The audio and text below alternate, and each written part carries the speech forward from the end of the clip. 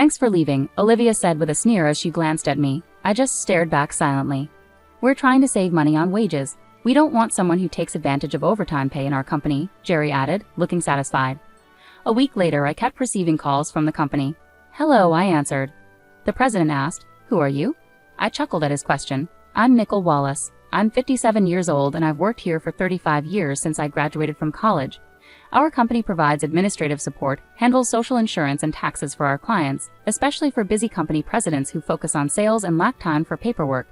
I work in the tax department. I earned my bookkeeping and tax accountant qualifications in school, which led me to join this company. Currently, I manage 41 clients, keeping me quite busy. Even though a part-timer helps with accounting entries, it's still a lot to handle. But I can't show any weakness.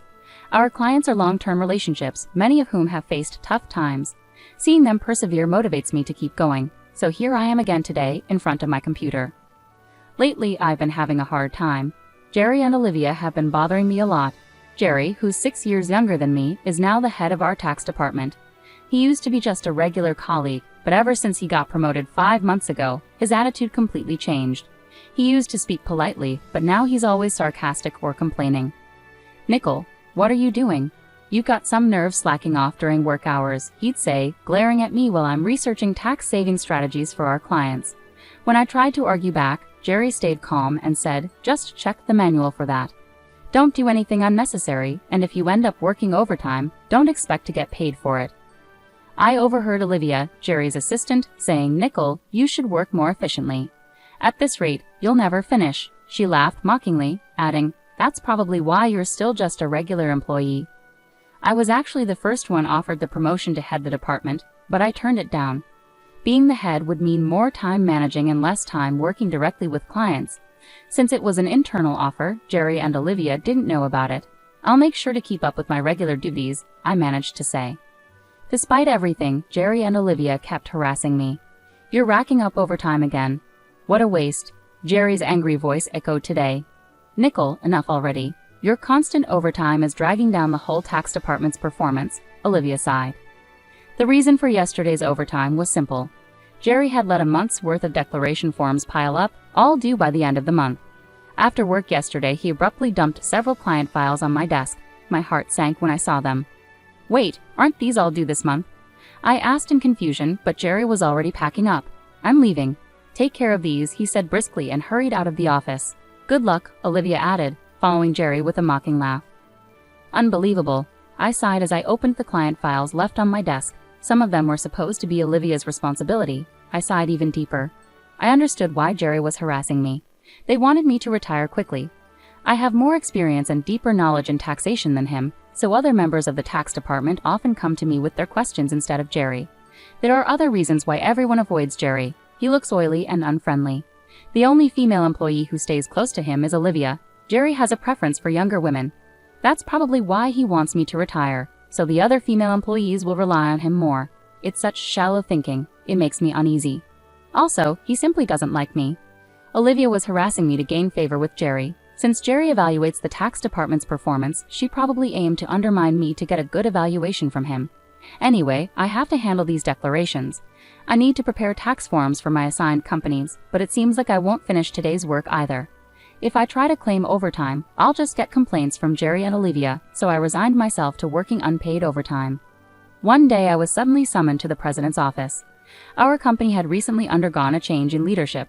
The founder's father, who had been running the company, had fallen ill, and his son, who previously worked elsewhere, took over despite being unfamiliar with our operations. Excuse me, I said as I entered the president's office. I noticed Jerry and Olivia there, both wearing unpleasant smirks. Why are Jerry and the others here? I muttered quietly, trying not to be heard.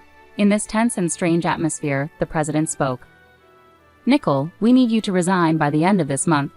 Excuse me? What do you mean? I asked, feeling bewildered. I've been informed by Jerry and Olivia that you've been billing excessive overtime. While other members of the tax department have around 16 hours of overtime per month, you've logged over 83 hours. Doesn't that strike you as odd?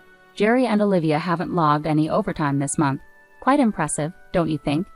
The president looked at me sternly. The reason my overtime was so high this month was because I was covering Jerry and Olivia's workload. I wanted to explain, but blaming Jerry could make it seem like I couldn't manage my time. So I stuck to the facts. I haven't overbilled for overtime. It's because I couldn't finish my work within regular hours, I clarified. The president sighed deeply. I'm skeptical, but without evidence, I won't pursue it further. However, we can't continue to employ someone who works at that pace, so I need you to resign. The president seemed resolute, asking me to leave the company where I dedicated my entire 35-year career. I felt worn out too. No matter how much extra work I took on, it never seemed to be acknowledged. Instead, I ended up shouldering Jerry and Olivia's responsibilities as well. Yes, I understand. I'll resign at the end of this month, I repeated to the president, realizing I had already agreed to it. I glanced at Jerry and Olivia. They were smiling smugly, clearly pleased with the outcome. After leaving the president's office with them, Olivia sneered at me, saying, "Thanks for quitting." I just stared back at her silently. Jerry echoed the sentiment, looking down on me as well. We're cutting labor costs. We don't need someone who takes advantage of overtime pay at our company, he added, seemingly pleased. As I watched them chat cheerfully, I began preparing handover documents for all my clients. It was important to ensure a smooth transition, so I made sure to personally say goodbye to those I was handing over to. I also tried to schedule a meeting with the president to bid farewell in person. For those I couldn't meet, I sent letters informing them of my successor. A week after resigning, I finally had a moment to relax at home. I had been swamped with handover tasks right up to my last day, and even before that, my workload had been heavy. A bit of relaxation seemed well-deserved. Just as I was thinking this, my phone rang. When I saw the call was from the company, I hesitated. I had already taken care of the social insurance procedures, so I ignored the first few calls. But they persisted, even calling from Jerry and Olivia's personal phones. Perhaps they hoped I would answer if it seemed urgent from the company. Eventually, feeling reluctant, I picked up. "Hello. Nicole, it's chaotic here," the president said urgently. "Who exactly are you?" I chuckled bitterly. Who am I now? Just an unemployed woman. I've resigned from the company, so that's all I am at the moment. The president continued urgently. "Since you left, we've had 55 calls to halt transactions with the company. Please come back immediately." With that, he abruptly hung up. He sounded genuinely panicked. It seemed I had no choice but to return. Reluctantly, I got up and headed back to the company. As soon as I arrived, Jerry and Olivia were waiting for me. Their faces were pale, and they had dark circles under their eyes. "What's going on with both of you?" I asked, surprised by their sudden change in appearance. Jerry glared at me and said sharply, "Since you left, we've been bombarded with calls to stop transactions. Not just from your clients, but from potential new clients we were about to onboard. What did you do?" Olivia also eyed me suspiciously. I never imagined Nicole would stoop so low. "I'm truly disappointed," Jerry remarked, his voice filled with disillusionment. The reason for their worn-out appearance was likely due to handling all the cancellations. I hadn't taken any actions against the clients, but I had a hunch why they were canceling their transactions. "Well, these cancellations seem inevitable now," I muttered quietly. "So you did do something," Jerry erupted. "Get to the president's office immediately." He then hurried me along to the president's office, with Olivia following closely. "President, I brought her," Jerry declared forcefully as he swung open the door, with Olivia entering hastily behind him. "I've been waiting," the president said, fixing his gaze on me. Jerry accused me as if I were the culprit. "It appears that Nicole was involved in the cancellation of transactions with our clients. We should not only have her resign, but also consider legal action for damages," Olivia argued vehemently, choosing her words carefully in front of the president. The president ignored Jerry and Olivia's interruptions and turned to me again. "Why did so many companies stop transactions after you left?" I took a deep breath and replied firmly, "It's simple. Our clients didn't just need basic tax management. They valued the personalized tax-saving strategies I offered. They could get cheaper services elsewhere, but they chose to stay with us because of the tailored approach I provided." Jerry snapped at me. "Who do you think you are to talk like that to the president? Do you really believe you're that indispensable?" Olivia taunted, "That's absurd. It has to be Nicole's doing." The president's expression was serious. Jerry and Olivia focus on operating strictly by the book, optimizing efficiency. But Nicole's approach involves more than that. It's about offering custom strategies that benefit our clients individually. One-size-fits-all solutions don't always meet our clients' needs, which is why many valued Nicole's contributions and chose to remain with us. Jerry grew visibly frustrated. "How can we justify spending so much time on each client's case? It's inefficient." "Yeah, it's not practical," Olivia added emphatically. The president sighed deeply and revealed, "Actually, I just spoke with Dad," the former president. Some of the clients who stopped transactions went directly to him to discuss Nickel.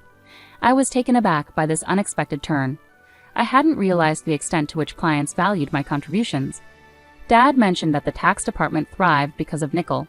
She not only managed her own clients exceptionally well, but also supported her colleagues' clients, offering expertise that Jerry can't match. Dad also mentioned that if Nickel hadn't declined a promotion earlier, she would have been in a higher position than a department head by now, the president said with a troubled expression.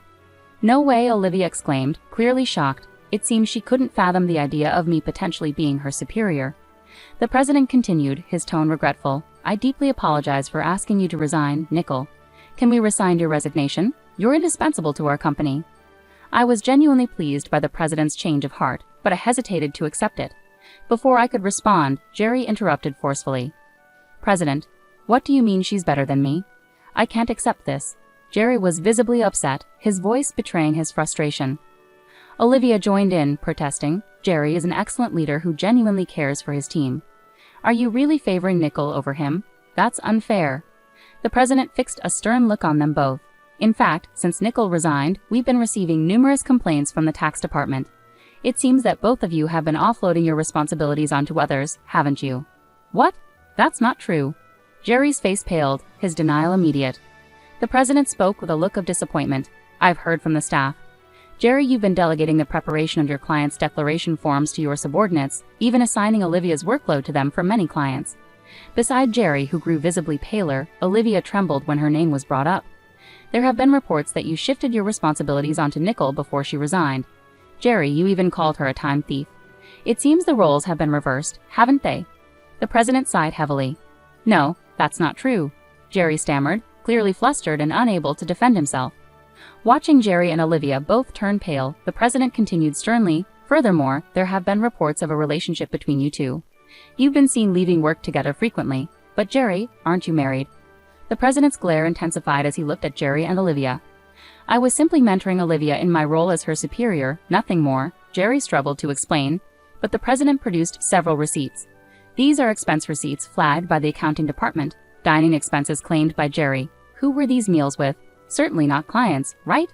Jerry was sweating profusely, unable to answer. Olivia's face turned ashen. Jerry and Olivia, not only have you neglected your responsibilities and inflated expense claims, but you've also engaged in an inappropriate relationship within the office, despite being married. According to company policy, I am terminating your employment effective immediately, the president stated calmly and decisively. Jerry and Olivia pleaded desperately. Please wait. I'll retract the expense claims, just don't fire me. I have a family, Jerry begged, trying to reverse his termination. Olivia echoed his plea. Please, I don't want to lose my job. I'll apologize to Nickel and others for dumping work on them. Olivia was visibly on the brink of tears, realizing the gravity of being fired for neglecting her duties and having an affair with a superior. She must have been deeply concerned about her reputation. Trying to offer some advice, I said to Jerry and Olivia, why continue to resist? It's not helping your situation. Jerry shot me a glare. Shut up? What could someone like you possibly understand? I sighed and replied, Jerry, it was your actions that led to my resignation. It's just karma. What goes around comes around. Perhaps it's time for you to take responsibility and do some self-reflection. Damn it, Jerry exclaimed in frustration, while Olivia bit her lip anxiously. I haven't disclosed everything yet, but there's more to Jerry and Olivia's misconduct. Should I share more details? I asked the president with a wry smile. The stories of Jerry and Olivia's behavior were widely known in the tax department, and their reputations had preceded them. No, please don't, Nickel, please stop, they both pleaded urgently, trying to halt me. Giving them a firm ultimatum, I said misdeeds have a way of surfacing eventually. It might be in your best interest to confront reality before it escalates further. At my words, both Jerry and Olivia fell to their knees. The president wasted no time and terminated their employment on the spot. Later, I disclosed their wrongdoings, which included Jerry fabricating business trips to spend time with Olivia for days, as well as pressuring disliked colleagues to resign by unfairly reprimanding them and imposing sudden, unreasonable deadlines. Former employees who had resigned had asked me to keep quiet initially, but now that they were happily employed elsewhere, I felt it was appropriate to speak up. The president was incensed by the revelations. He expressed his anger by docking their final salaries and announced plans to conduct a thorough investigation into past inflated expense claims. Tearfully, Jerry pleaded with the president, please don't dock my salary. What will I say to my family? Eventually, Jerry's affair with Olivia came to light to his wife, resulting in their divorce. Both now faced claims for compensation in the divorce proceedings. For some reason, Jerry reached out to me, pleading, "Please, can you convince the president to reconsider the termination? Olivia and I are in serious trouble now." Jerry and Olivia were having a hard time finding new jobs because the tax industry is tight-knit. If you mess up, everyone hears about it, and that makes it tough to get hired elsewhere. They really need money for their divorce settlement and living expenses, so they're doing manual labor on construction sites now. It's a big change from their usual office work. Olivia calls me crying often, saying, "Nicole, please help. I just wanted a raise and a better life," she would say tearfully, but I couldn't bring myself to help. I still vividly remembered the stress and problems they caused me. I would say to Olivia, "You made your choices, now you have to deal with them," I explained. "You can't expect sympathy when you never showed any to others." "But it's so tough," Olivia would cry. "I never thought it would turn out like this." "Actions have consequences," I replied. "You and Jerry brought this upon yourselves. You can't undo it now. You have to face the consequences of your actions." Olivia's despairing cries were the consequences of her own decisions. It was a tough lesson, but one she needed to learn. Meanwhile, I found solace in my new routine. Working at my friend's tax office was fulfilling. I enjoyed the work and the positive environment, unlike the toxic atmosphere Jerry and Olivia had created. The president's requests for my return became more frequent. "Please come back, Nicole, we really need you," he would urge. Each time I would politely decline, saying, "I'm sorry, but I've moved on." I appreciate the offer though. Every day, starting my own office seemed like a clearer goal. In my own space, I could make the rules. No more unfair treatment or office politics. My focus would be on giving my clients the best service, building relationships based on trust and respect. In this new phase of my life, I finally felt at ease. I felt lighter, free from the burdens of the past. My days had purpose, and my nights were calm, without the anxiety that used to bother me. Looking ahead, I saw endless opportunities. I could learn more, face new challenges, and create something from scratch. My second chance was just beginning, and I was eager for what lay ahead. Freed from the negativity of my old job, I embraced the opportunities ahead with enthusiasm. As I planned my new business, I recalled the support and trust my clients had shown me. They were my motivation to stay in this field. Their faith in my abilities formed the bedrock of my new venture. With them in mind, I felt confident in my future success. Though my journey had been challenging, it had also made me resilient. Strengthened by my experiences, I was prepared to turn the page and embark on a new chapter with renewed vigor and a clear vision. Ultimately, Olivia and Jerry's setbacks served as a stark reminder of the importance of integrity and respect in the workplace. Their story underscored my commitment to fostering a positive and supportive environment in my own office. Moving forward, I carried the knowledge that I could overcome any obstacle. My determination and resilience had brought me this far and would continue to guide me in the future. My second chance wasn't just a continuation of the past, it was a fresh start filled with promise and potential.